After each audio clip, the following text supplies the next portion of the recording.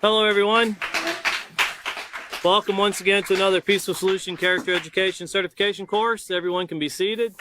And those of you who are coming in, please feel free to grab a seat wherever. I know it's a beautiful day outside here in Abilene, Texas, so I know it's hard to come in on a day like today. It's really nice outside.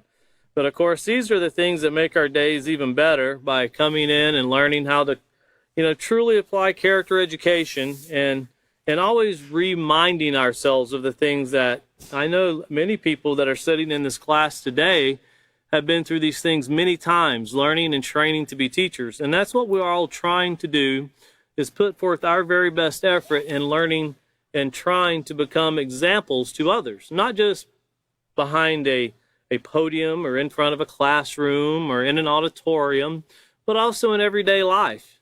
And the things we're covering right now, we're talking about, when you go into a Walmart or you go into a Target or a Lowe's or a Home Depot or so forth, and when everybody's watching, that's the time that really counts, is when everybody's watching and when you can influence the youth around you who you don't even realize is watching. But once again, I'd like to remind everyone, if they haven't downloaded our self-control unit, that they can do so on our Facebook page. And also, for those of you that are looking for Spanish classes, we're looking forward to very soon putting forward Spanish classes for everyone to be able to hear. And of course, you can also download the self-control or the auto-control in Espanol or in Spanish. And you'll be able to have that to go through the classes. So if you're English speaking, I know we have a lot of people right now that are Spanish speaking that are watching the English classes and having people translate for them. But we hope to soon have that. And then we're working towards Swahili. And if there's any other language that you're looking for that might be a challenge in your community, let us know. And we will see what we can do about getting these classes arranged. We have a vast variety of teachers here at the Peaceful Solution headquarters and also around the world. So we have really almost unlimited resources when it comes to ability of people to be able to teach and communicate in different languages. So if you have a language, or if there's a language that there are people that are looking for these classes in, if you could let us know, we will do our very best to adapt these classes in with certified teachers to be able to teach your communities, your countries, wherever it might be. Just let us know, and we will do our very best to work these things in for everyone, because that's what we truly want to do. So if everyone will open up their self-control units here to LP3A, David last week, he finished up chapter 2, and of course chapter 2 was controlling your emotions to your advantage. And of course we went in and we discussed what emotions were. We're going to go back and look at that again tonight. Discussions, what emotions are, and being aware of what emotions are. That's very important, that we're aware of what they are and we know how they operate. And we're going to learn in this chapter, of course, chapter 3, which is controlling your anger. And once again, LP3A, so it's very important for those of you that might be trying to order a book. Once again, you can download the book free online, but if you're wanting a hard copy, make sure you get the teacher's manual, because that's going to have the lesson plans in it, and you're going to want the lesson plans and the notes. Then you're going to want to go back through, and as these classes are going on, put notes in your books, because they make the classes much more inviting to your students. They also make it much more enjoyable for the teacher, and it's a lot less stressful when you're preparing a class and you go through and you have all your notes lined out. And you're always going to add notes. You'll find out sometimes you will just run out of room on the page, and then it becomes, you got to be careful. You can put too many notes to where your notes make no sense after a while. But, you have all this knowledge that come forth from many different teachers that teach. And then you have the curriculum itself, which is really the foundational part of the knowledge we're talking about. That's the power we have over ourselves, is this knowledge. But you can go through, and all of these things, of course, we put together.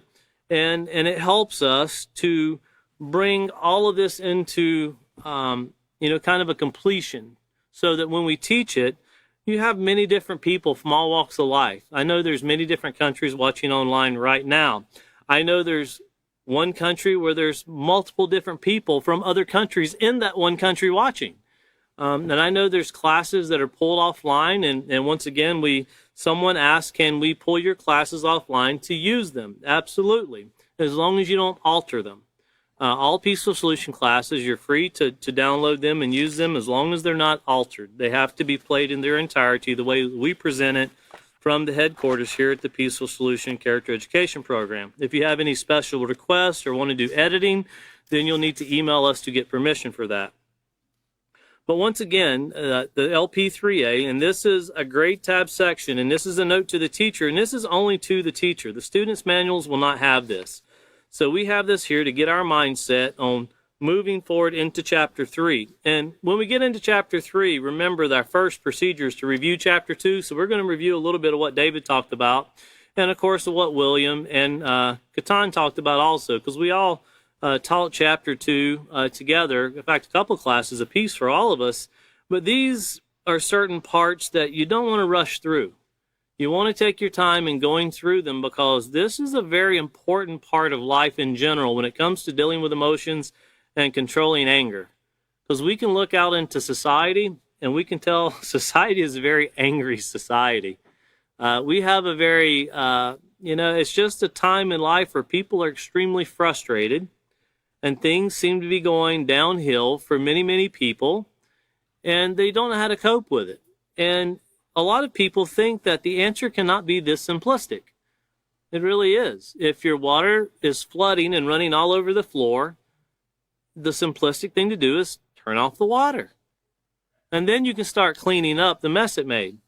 But if you don't turn off the water, I don't care how much you tried to clean up the mess it's making, you're never going to get it cleaned up. And it's the same way with developing this positive character. If we don't get this self-control down and understand how we're managing it, because we're going to, as we get into this chapter, find out that we all not have, all of us completely have different types of anger styles, but there are different types of anger styles that we fall into, where one may fall into one type, another may fall into another type. And we're going to identify those as we move forward. And we even have a evaluation so we can evaluate ourselves to see where we actually fall into this. And we need to be honest about it. And when we get into that part, of course, just setting your mind in advance here about what we're going to do is something between you, yourself, me, myself, and I, as they say. This is not something you want to fill out your anger, evaluation and then compare it with everybody else. And then someone goes, well, I think you're more like this. Because then you're going to get angry about something. So it's best to do it for yourself. And, take my advice. I've seen married couples try to compare it, and then they did each other's, and it didn't work out too well, okay? So do that evaluation for yourself. It can cause more problems than be helpful. It's we all have to work on our own character. We can't make our children's character better. We can't make our mom's and our dad's character better. And I'm saying just by words alone. There has to be an example to go with it. So we can't really... It's not like people are not like a piece of steel with a blacksmith who beats it into shape. We do kind of get beat into shape through life, but we can't take a hammer and start beating on someone else to get them into shape. We have to beat ourselves into shape. In other words, we're our own blacksmith.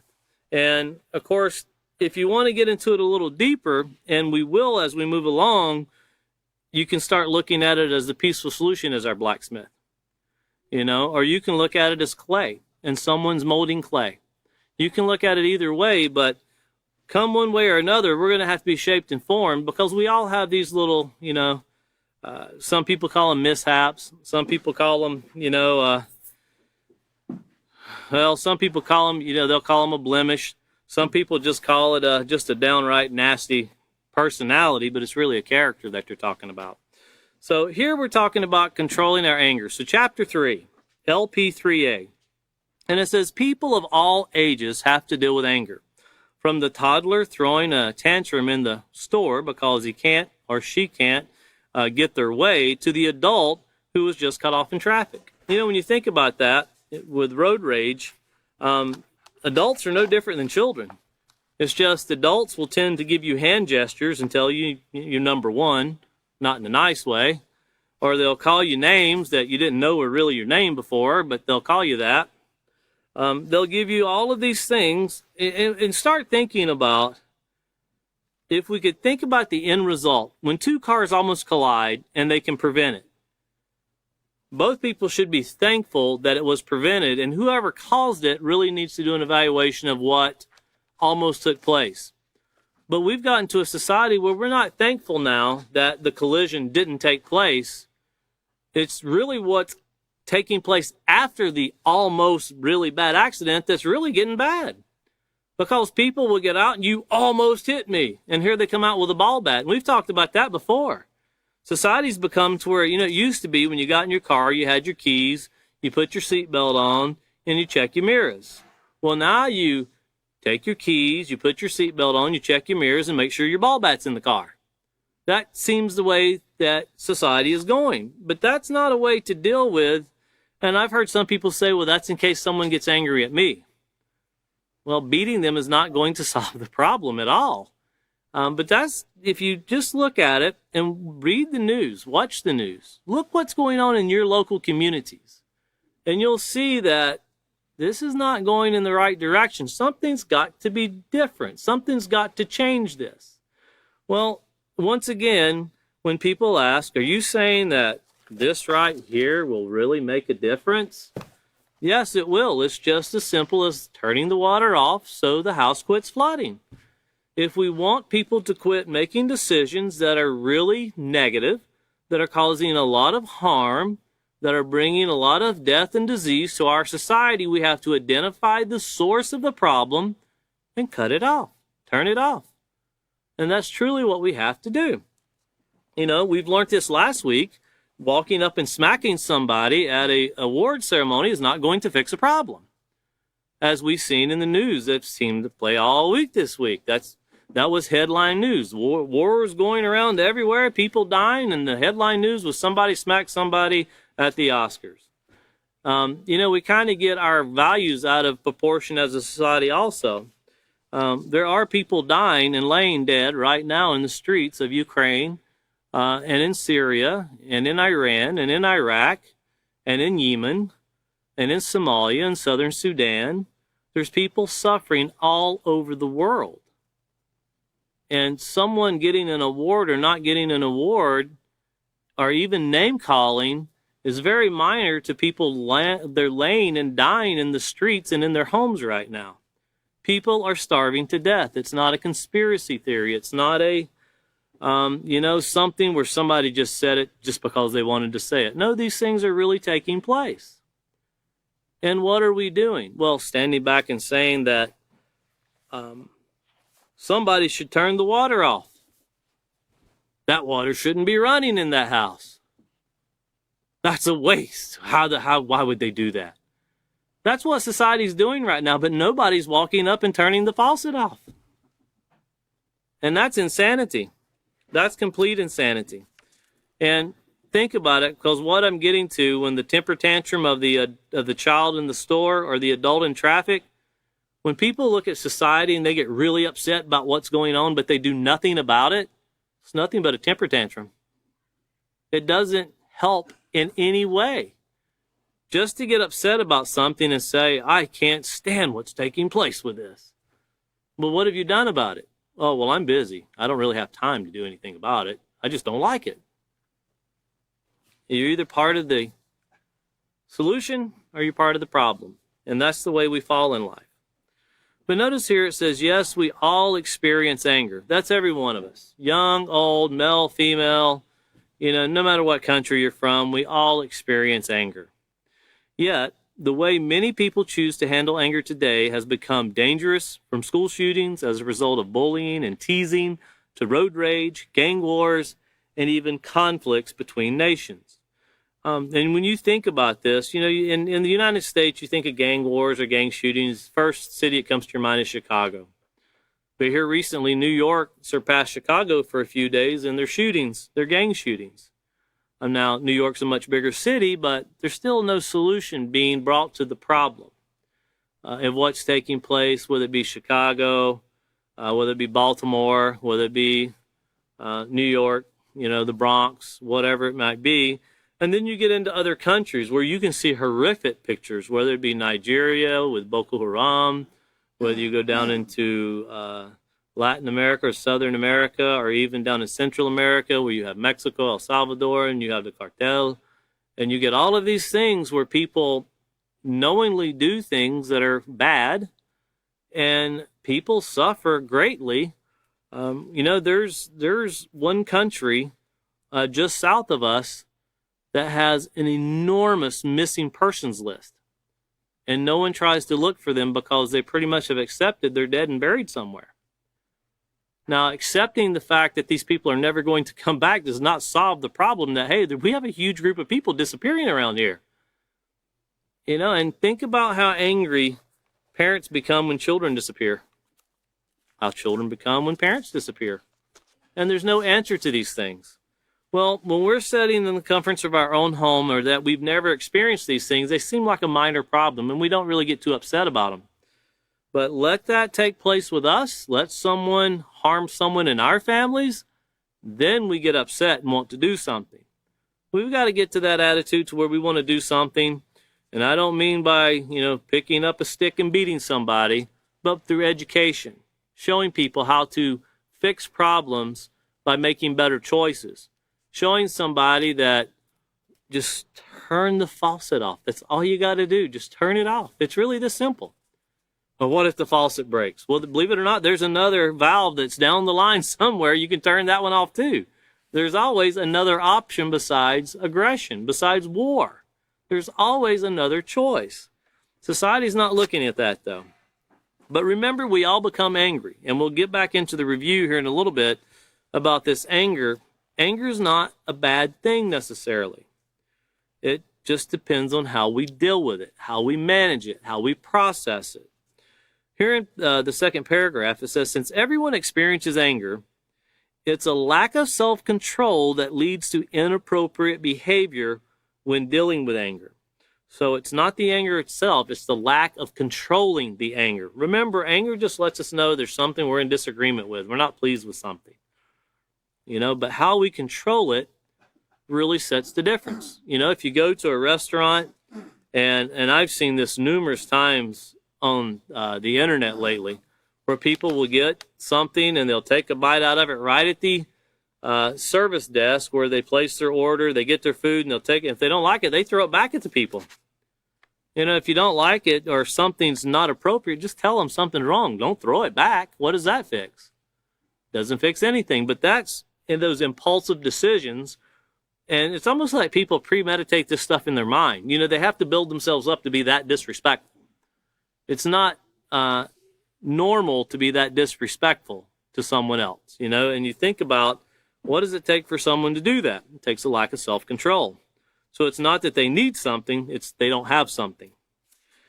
Continuing on here, it says, anger management skills can be learned from a wide variety of sources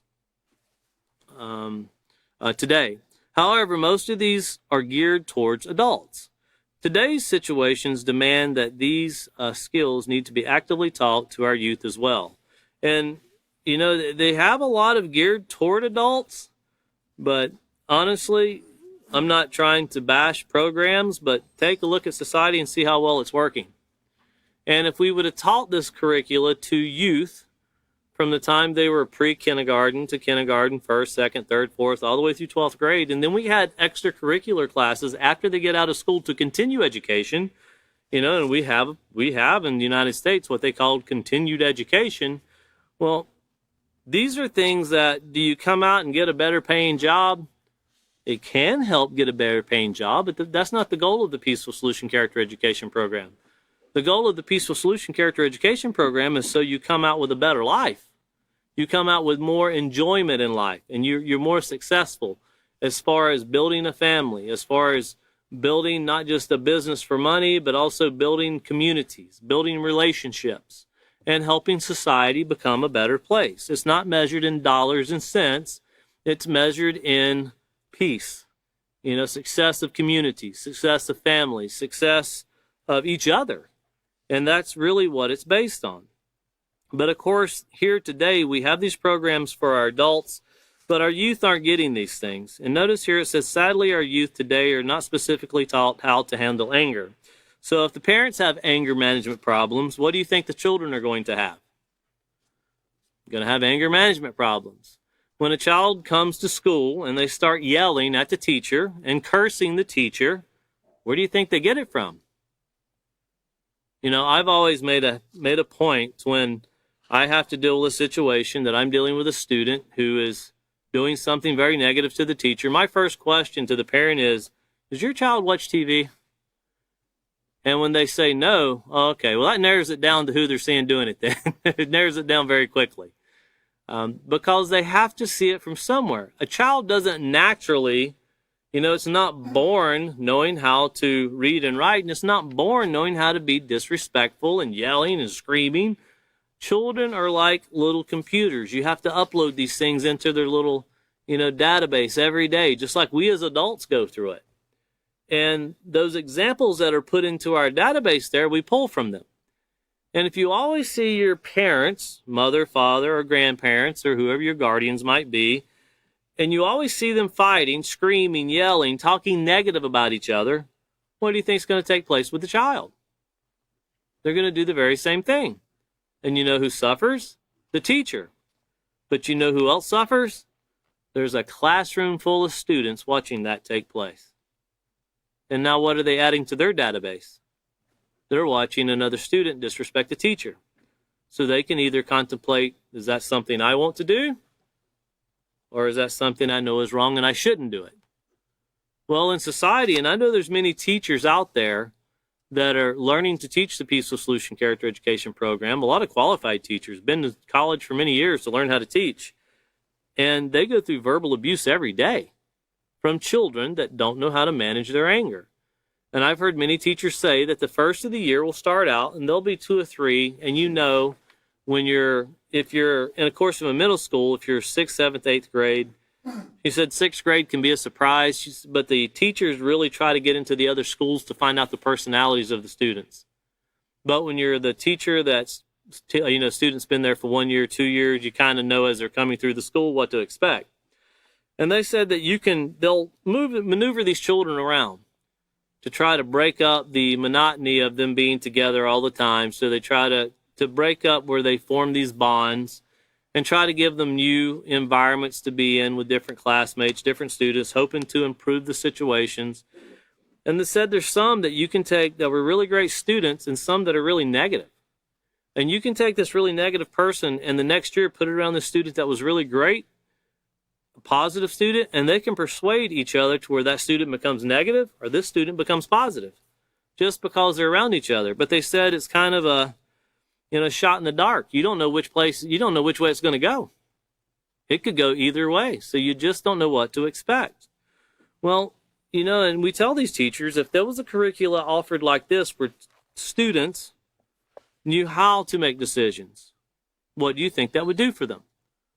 Well, of course, they all say that would do wonders for them if they just knew how things worked in their minds and their bodies.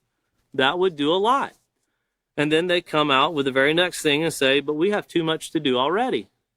We don't want any more to teach. And I can understand that. And we've always challenged them, do you think if your students behave the way this book teaches, would that free up more of your time? They always say that would free up hours a day. So if they could actually get this curricula into their classroom, get the students making decisions by this, controlling their anger by this curricula, they would actually have more time. But it's hard to believe that until you see it. That's the problem. You know, they want to see it first. Well, if you want to see it in your classroom, you have to put it forth in your classroom. But once again, here we go with the students talking about how they learn these things, the youth. It says they learn about anger accidentally from examples of those around them, from the entertainment media, which can be a very negative influence. We've seen this last week, one that seems to be main news. For example, children watching wrestling on TV have been known to practice similar aggressive behaviors with their siblings and peers. The Peaceful Solution Character Education Program takes the approach that learning to maintain self-control in any situation is a large part of positive moral character development. And if you remember pages 3 and 4 in chapter 1, that's where we talked about that self-control is the foundation of this positive character. That's what we use to build up, you know, that's the foundational level. That's what solidifies everything. It's the stability that supports the character itself. If you have no self-control, you won't always be respectful. You will not always manage your anger. You will not always be responsible. You will not always be honest. There's many things you will not always be, because self-control is needed to bring forth all of those positive character traits. It's kind of the pathway, so to speak, or the highway, if you want to look at it that way, that it travels in. And if you can imagine electricity traveling and how it travels from the power pole, into the meter, in through your breaker box at your home, and through the wires in your home to the outlet or to the light switch and into the light. Well, positive character travels the same way, and self-control is what guides it so it doesn't get off course. Without self-control, imagine the electricity shooting out of your outlet, shooting out of your breaker box, shooting out. I've seen it shoot out of the transformers before. But it's without self-control, it just goes crazy. And you know what? People die.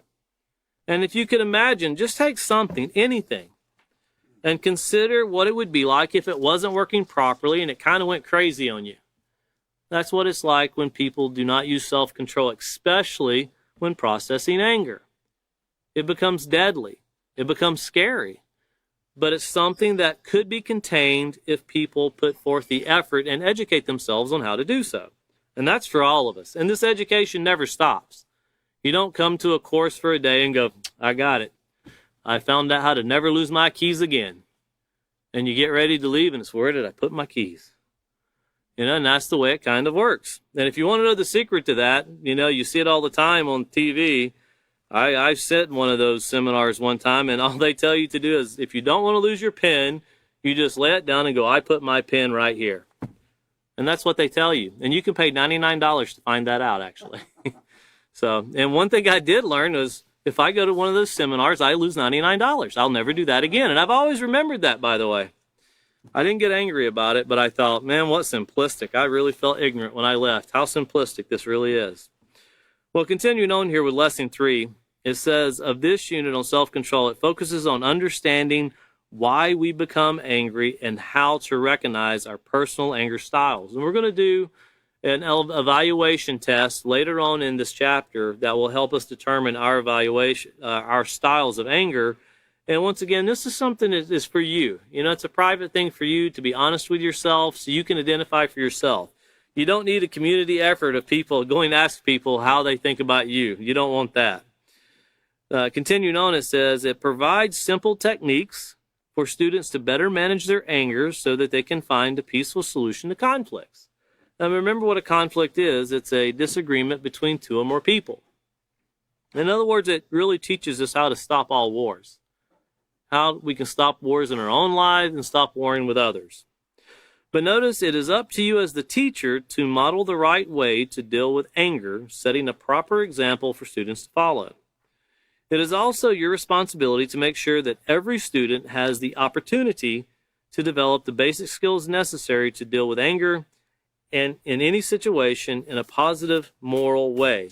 So once again, when it says, take the time by allowing the opportunity, don't rush through these things. Have a lot of conversation with your students concerning not who they're angry at, but why are they angry? Why are they upset? Why are they feeling these emotions? It's not, it can turn into the blame game really quickly if you ask who's angry with who here. What is the emotion and how is it being processed and handled? That's more of what we're interested in as teachers. Now, turning over to LP 3C, once again, this is the lesson plan to Chapter 3, Control Your Anger. And our purpose and objective is, as we have here at the very top, and this is the beginning of every chapter, it says students will learn how to identify the emotion of anger and how to practice self-control regarding anger. Now, we talked about that emotion in Chapter 2, and we briefly discussed it. But now we're going to look into it a little bit more in depth, and also start talking about different ways, different techniques to manage this emotion that society just lets get out of control. And, one person said, how can you tell that anger really gets out of control? When you want to accomplish something in society, a person will start working really hard to build up and save what is most important to them. And they'll put everything that they can scratch or scrounge to get what's important to them. And then go on the internet and start looking, what do countries spend more money on than anything else? And you'll find out very quickly it's war. Military weaponry, very, very sophisticated military weaponry. And as the author of The Peaceful Solution said, when you have nuclear bombs that just 3 or 4 would do an enormous amount of damage, and everybody suffers. You know, you can drop a nuclear bomb on Russia, and all of Europe's going to suffer. That's why Europe is saying, hey, no nuclear bombs over here, okay? Because these people are living like we live in the United States, state beside state beside state. But you drop a bomb in the United States, and a lot of people are going to suffer. Just watch the wind stream of how weather takes place. It's going to carry it all around the world.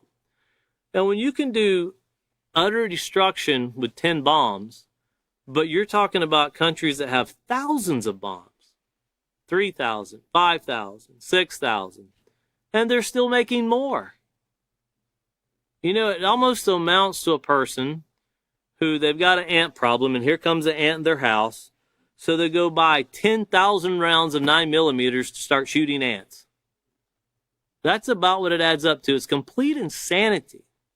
We have enough to destroy life thousands of times over, and the answer to this question is make more, spend more money. Well, you know, we're not a very smart society when we're doing that. And I know people say that, well, we have to defend ourselves against our enemy. You know, we've pretty much found out if you own a gun, it doesn't keep you from getting shot. If you own a knife, it doesn't keep you from getting stabbed. If you own a car, it doesn't keep you from getting hit by another car. And if you own a bomb, it doesn't keep you from getting attacked with another bomb. In fact, we found out airplanes can do a lot of damage themselves. But all of this is the lack of this controlling emotion and trying to get the upper hand on another person. And why can we not just sit down and be a benefit to each other? Why do we have to let emotions break out? Because on a national level, it really starts on a much lower level. And when people get angry, they start lashing out, you know, criticizing, as you'll see religious leaders even criticizing what people are doing, but they're doing nothing about it. You know, what can we do to make it better? And I would challenge anyone that would say the peaceful solution couldn't fix these issues. I would challenge anyone to put together a panel and let the peaceful solution talk to countries. Let us listen to them and offer them solutions. In your communities, let us do that for your communities. And then after we present what the very basic lessons teach here, tell us, do you think that would work if you would actually live by that, or do you think it would not work? But you have to use what we said do. And you have to implement that into your life. And it will work. It works in our lives when we use it. When we don't use it, we see the results of it. So once again here, we're going to review the previous lesson in the procedure 1 of controlling your emotions to your advantage. And this is chapter 2. The chapter is just before this one. And of course, the first question you want to ask your students are, what are emotions? And try to get, you know, you want textbook answers, but you also want to hear what they say compared to what they've been taught so far. And of course, you'll see here in the italicized letters that the teachers have, it says emotions are feelings that include both positive and negative responses, which are triggered by what we experience. But if you look over to page 30, that's where we talked about what emotions are in chapter 2. And that's exactly what it's entitled, What Are Emotions? And of course, what I just read, that's italicized, that's the very first sentence. It's on that page, what are emotions? But you also want to make sure the second sentence is very important, because the first sentence, notice once again, I'll read it.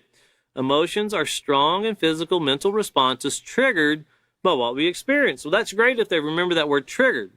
But then they need to remember, well, what is a trigger? And notice the second sentence, a trigger is something that starts a process. Emotions are triggered by what we hear, see, smell, taste, touch, and think. Triggers can affect what we feel almost instantaneously. You know, and that's something to consider, how fast this process takes place. Our brains process millions of pieces of information per second. Emotions can occur without conscious thought and within a split second of the event that triggered them. And when you think about something that takes place and it's almost, it's without a conscious thought, well, it goes on to what's been put in this database up here. If someone's response is, for example, if you have we'll say a young child, and just say 4 or 5, that we'll deal with very young children at this point, because they're not very far out of the home. They're just getting into preschool or school itself, and they're very aggressive. When someone tells them not to do something that they don't want to do, they start throwing punches, they start hitting, they start kicking. Well, where do you think they get this idea from? It can come from entertainment. I remember growing up, and I remember watching, and I thought it was so funny watching Tom and Jerry. And then as an adult, when I started teaching the Peaceful Solution, I looked back at it and I thought, man, that's one of the most violent cartoons I've ever seen in my life. They're always beating each other, trying to beat each other to death. But I remember when I was a child, I thought it was funny. But I also remember always going around and kind of doing the same things to my brothers. I would go through and try to agitate them and pick at them and do all kinds of odd things. And me being the middle of 3 boys, I would push on the older one and push on the younger one, and so I had a whole life of being pushing on somebody, and they'd push back.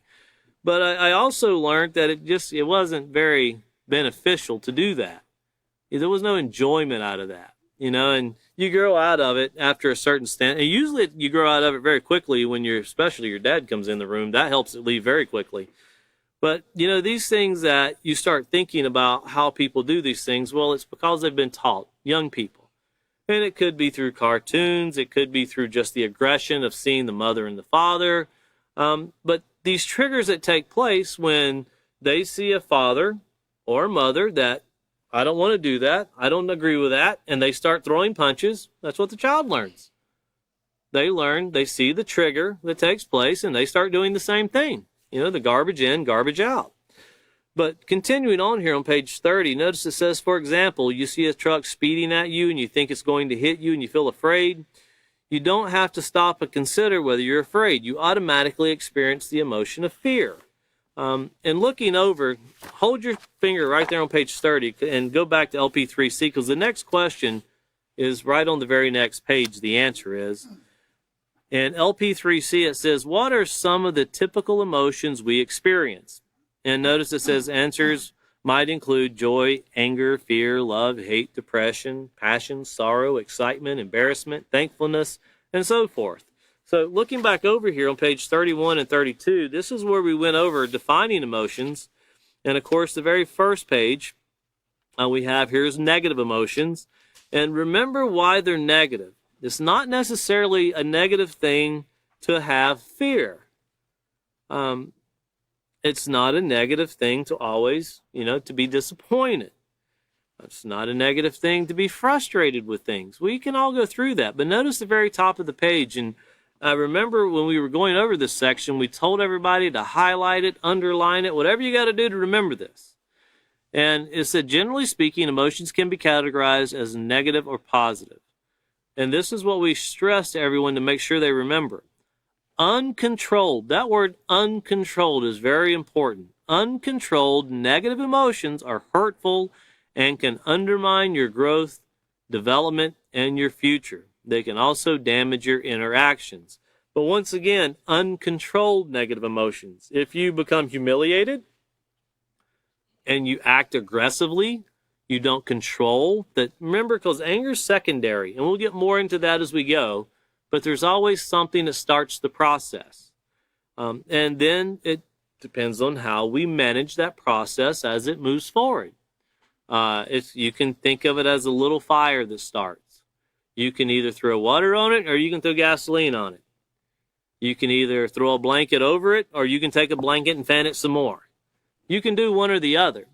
But if you're controlling it, you're doing whatever it takes to reduce the problem that can bring harm. When you're not controlling it, you're doing or allowing, it's like turning your back to danger. You know someone's going to get hurt, but you're not willing to do anything to stop it. And you could be the cause of it. And that's truly what it's like. It's like turning your back on solving a problem. And then, of course, on page 32, we have what we see here as positive emotions. And once again, it says at the very top, positive emotions is the energy that fuels our moral growth and development. Positive emotions can improve the way you perceive yourself and your interaction. They make life enjoyable. Focusing on positive emotions can actually get us through life's rough spots. And of course, there's a few here, and I know William covered these in detail. You can go back to that class and watch that again. He went through the let's take a closer look where you have anger, rage, jealousy, and love. And these are some of the most, as it says, love is one of the most misunderstood emotion there is out there. You know, as the author of The Peaceful Solution wrote in one of his many books that he put out, he said, in society we see where people have love at first sight and hate at first fight. You know, because love is not really defined as love. It's more of an attachment of the eye, so to speak, than it is actually true care, concern, and compassion towards someone. It's just more of something that is satisfying in the moment, and someone's not looking for something to build and establish for a lifetime. And love is very wrongly defined, and as William went over, it said love here, looking over to page 33, it says love can be one of the most difficult emotions to even explain. Many people misunderstand love because the way it is portrayed in movies, TV shows, and romance novels. You know, we also talked about anger. The way anger takes place, a lot of it, the negative part, is through entertainment. You know, where you go up and smack someone, you shoot someone, you watch the movie, you watch the guy go in and steal it, and you root for him to get away with it. Or if somebody does something bad to him, you watch the whole movie to make sure he gets even with that guy. And this is what entertainment has been built on. Now, obviously, I'm talking about movies I would have seen probably 25 years ago because I haven't really seen many lately. I don't have time to watch TV like that anymore. And I'm really trying to think back to the last movie I've seen, but it's been a long time. But I remember growing up, so to speak, and I remember, I'll use an example of a show that was old when I was growing up, and you always rooted for the sheriff or the marshal, and that was Gunsmoke. You always rooted for the marshal to get the bad guy, and of course to get the bad guy, he usually shot him, you know, and you finally realize, well, I guess solving problems in that show is you shoot somebody, and they die, the problem's gone. Well, no, it can't be, because the next show he's shooting somebody again. And in the next show, he's always shooting people. And it never solved the problem. And just when you think the problem's solved, the show went off the air, here it comes back 10 years later, they have a last run reunion episode, and they're shooting more people. You know, so I guess shooting never solved problems. But boy, you sure rooted for them. And that kind of got in your mind to solve problems. You got to get the upper hand on this person. You got to put them down. That's what you got to do. And that's not really an answer to a problem. That's not controlling. That could be control, but that's not self-control. If controlling the problem is shooting someone, that's not the control we're defining. We're talking about self-control and controlling yourself and how to deal with these situations. And if you look back here to LP3C, we can get into more of what we're talking about with this control. And here in C, of procedure 1, it says, how can we practice self-control regarding our emotions? And if you turn back over to page 45, I figured there was a stop sign somewhere. I've seen that stop sign come up so many times from this table, I knew it had to be stuck somewhere up here. I see it there at my foot. But remember, the first thing is keeping it in perspective. And notice at the very top of the page, it says, negative thoughts and strong emotions can cloud our ability to see things in perspective and increase the opportunity to act irrationally. You know, you can think about it. When you get into the shower, you take a hot shower and you get out and you're trying to look in the mirror and you can't really see. You're trying to take the towel and wipe the mirror off so you can see, and it's still really blurry. But after a few minutes, you know, air goes across it and it clears up. Well, that's really what self-control is when you're trying to keep things in perspective. When the emotions start running wild, it's really hard to see, and you start wiping away all the things that are fogging it. Well, that's when you're using this self-control to try to take a better look at it, to try to bring things into focus. And then if you give it a little bit of time and a little bit of effort, eventually the mirror goes back to the way it was. All the moisture leaves and you can see clearly. all the things that you think are so perfect. You know, everybody looks in the mirror at themselves. But when these emotions are going, and when we act irrationally, it's like trying to, you know, for the older men, imagine just having that mirror just full of moisture and everything, and, well, I think I'll shave. But I'm not going to do that mirror. I'm just going to shave, and I'll do the best I can. It's not going to turn out too well. And for you young men, and I am not encouraging you to go home and try this, but it would be like cutting your own hair. You know, I don't need a mirror to do that. I can pretty much figure this out. You'll get into a lot of trouble. Take my advice. Did it when I didn't cut my hair. I cut someone else's hair. Thought I was a barber at the time. I gave up halfway through. Problem was the head was halfway bald. And I got in a lot of trouble for it too. But I thought I was going to do the right thing, and I made a mistake, and I just kept going till I thought I'd fix the mistake, and I started running out of hair. It's like, I'm never going to catch up to this mistake. This boy's going to be bald. And that's what young people do, thinking that they have things in perspective, that you can fix something that's broken. You know, piece of advice, if you do something and it's wrong, don't keep doing it again trying to fix it. That won't fix the problem. If it was wrong the first time, it's wrong the second time, the third time, the fourth time, the fifth time. It's wrong every time you try it. And it's the same thing with emotions. When we allow these things, we lose perspective on what we're supposed to be focusing on, and we make a wrong decision, and we try to cover it with another wrong decision. Like if you break something, and you immediately get in your mind, well, that person's going to get angry with me, so I'll just won't tell them. You know, by the time they notice it's broke, months will go by. The problem is, by the time that time goes by, and they go to grab that thing that's broke, it's usually a rush situation, and they go to grab it, and here it goes falling apart. And that's when the anger gets really, really going. But once again, keeping these things in perspective, the second sentence here, it says, to see a situation in perspective, it means to be able to view things in their proper order of importance without overreacting. And that's extremely important. You know, when someone does something, you know, we can always treat some of the most minor things as though it was a life or death situation. You know, when you're a young person, and you wake up that morning and you have that zit right there on your nose, oh, the world's it's destroyed. There's no way you can leave the house. Just won't work. That's the way it was when I was in school. I remember people, they would do anything to avoid going to class if that took place. And I remember we all went through that. You know, that's just part of growing up. It's part of what takes place in your life. And we thought that was the most, you know, horrible thing anybody could experience. And once you grow up, you know, become more mature, you realize that's just part of life. That's what people go through. But then as adults, you know, we can overreact in relationships. We can overreact with our children.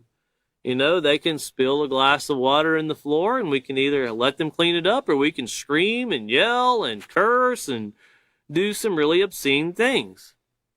And in the end, all it took was just cleaning the water up out of the floor. So think about this next time something occurs, and we're talking about keeping things in perspective. And we're going to get to that STOP acronym on the next page, but think about a situation to where you lost self-control. And if there's anybody in here that hasn't lost self-control, please come join me. I would like for you to help me teach this class if you've never lost self-control. I've got another chair right here. You can join along. We all have. Now, think about the last time you lost self-control with someone. And think about someone that you knew that was close to you, not the person down at the gas station or someone you never met before. Think about the people you see on a daily basis. And when you lost self-control, and after we throw our temper tantrums and we say our negative things and we do all those things that are hurtful, did it fix the problem? And then take that away, and then what did you do that fixed the problem? And then what are the lasting results of all the negativity that we did because of a very small minor problem that could have been very easily fixed? We just wanted to make it, you know, we call it dramatizing. We just wanted to make it sound much worse. You know, and the author of The Peaceful Solution gave an example, and I've used it many times. And I remember talking to him about it because it always stuck in my mind. I've been guilty of this also. And he said that his daughter was washing dishes one night, and he seen as she was washing the dishes, the glass slipped out of her hand. He said he could see it. It was like slow motion. He said it took a minute for that glass to hit the floor.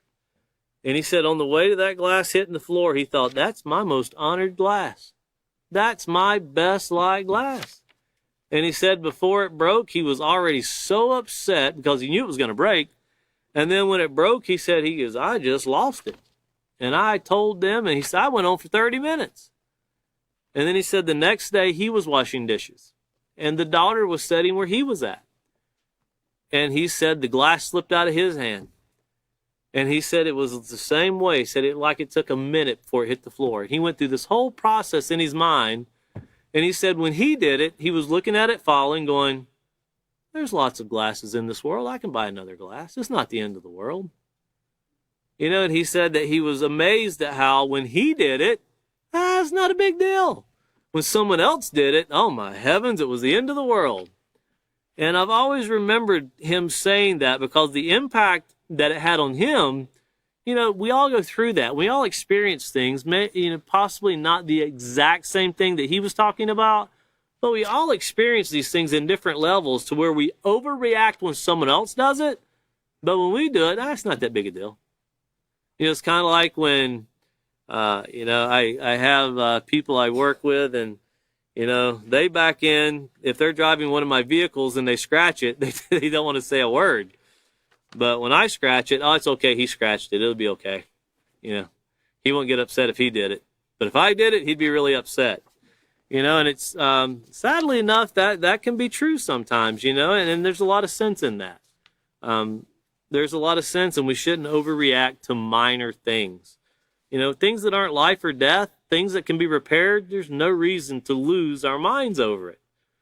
We should be more worried about people that are dying than people that are doing minor things that we can fix. And once again, here in the second paragraph, it says, have you ever heard the saying, hindsight is 20/20? This typically means that once a situation is past, we are not emotional about it.